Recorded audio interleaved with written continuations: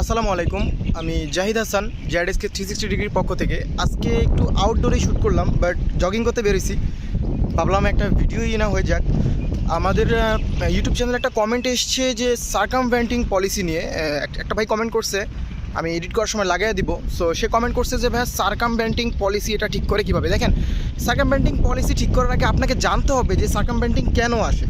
কারণ আপনি ঠিক করলেন, এই প্রবলেম কিন্তু আপনার আবারও হতে পারে। তো আপনাকে আগে জানতে হবে যে সার্কামভেন্টিং কেন আসে। ইউটিউবে যদি আপনার সার্কামভেন্টিং সিস্টেম পলিসি আসে, সেক্ষেত্রে আপনাকে কী কী করতে হবে এই বিষয়গুলো একটু আগে অবগত হয়ে নেন। দেন হচ্ছে আপিল কীভাবে করে। আপিল নিয়ে তো অলরেডি আমার ভিডিও আছে। এছাড়া ইউটিউবে অসংখ্য ভিডিও আমরা দেখতে পাই আপিল নিয়ে অলরেডি হ্যাভ। সো সার্কামভেন্টিংয়ের ক্ষেত্রে আপনাকে অবশ্যই একই আইপি থেকে দুইটা গুগল অ্যাডস অ্যাকাউন্ট ইউজ করা যাবে না। আমরা যেটা করি যে মেইনলি একই আইপি অ্যাড্রেস থেকে ডাবল অ্যাকাউন্ট ইউজ করার কারণে আমাদের এই প্রবলেমটা হয়।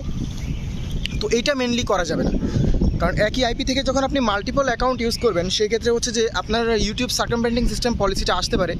এই হচ্ছে যে একটা রিজন। আর আরেকটা রিজন হচ্ছে যে আপনি যদি দুইটা গুগল অ্যাডস অ্যাকাউন্ট একই ব্রাউজারের মধ্যে ইউজ করেন একই আইপি থেকে, যেটা বললাম, অনেক সময় দেখা যাচ্ছে আমরা আলাদা আলাদা ইউজ করি, ভাবি যে ইউটিউব ধরতে পারবে না, এটা করা যাবে না। আর দ্বিতীয়ত হচ্ছে যে আপনি যখন গুগল অ্যাডসে অ্যাড ক্যাম্পেইন করবেন, যেই সেম নামটা দিয়েছেন আপনি অ্যাড ক্যাম্পেইনের, যদি আপনি অ্যানাদার কোনো অ্যাড অ্যাকাউন্ট আপনি হচ্ছে যে অ্যানাদার কোনো অ্যাডস অ্যাকাউন্টে অ্যানাদার কোনো আইপি থেকে ইউজ করেন, একই নাম কখনো দিবেন না। ওকে, একই নাম বা একই রকম হচ্ছে যে মানে অ্যাক্টিভিটিস দেখাবেন না ওখানে। যদি আপনি একই রকম অ্যাক্টিভিটিস দেখান, সেক্ষেত্রে হচ্ছে যে আপনার ইউটিউব সার্কামভেন্টিং সিস্টেম পলিসিতে আপনাকে ধরতে পারে। তো সার্কামভেন্টিংয়ের এই সিস্টেমগুলো মেনে নেবেন। সার্কামভেন্টিং মানে হচ্ছে যে আপনি মাল্টিপল ইউজ করতেছেন কি না, গুগল এটাই দেখতেছে। আপনি যদি মাল্টিপল ইউজ করে থাকেন, সেক্ষেত্রে হচ্ছে যে আপনি সার্কামভেন্টিংয়ের আওতায়। ওকে, সো এই ছিল মেসেজ।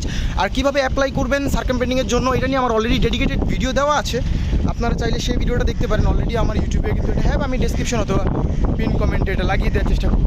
সো এই ছিল আজকের ভিডিও। যাদের ভিডিওটা ভালো লাগছে অবশ্যই এটা লাইক করেন। চ্যানেল নতুন হয়ে থাকলে চ্যানেলটা সাবস্ক্রাইব করতে বলবেন না। আর আমি অলরেডি চাঁদপুরে আছি। এটা হচ্ছে যে আমাদের চাঁদপুর বঙ্গবন্ধু পার্ক। আপনারা অনেকেই কিন্তু যদি চাঁদপুর সম্বন্ধে জানেন, তাহলে এই জায়গাটা চেনার কথা। আর এটা হচ্ছে আমার বাসা থেকে প্রায় হাফ এন আওয়ার লাগে হেঁটে আসতে। গাড়িতে আসলে সর্বোচ্চ 20 মিনিট বা 10 মিনিট লাগে। আমি সকালে জগিং করতে বেরিয়েছি, হাফ এন আওয়ারের মতো হেঁটেই দেন চলে আসলাম।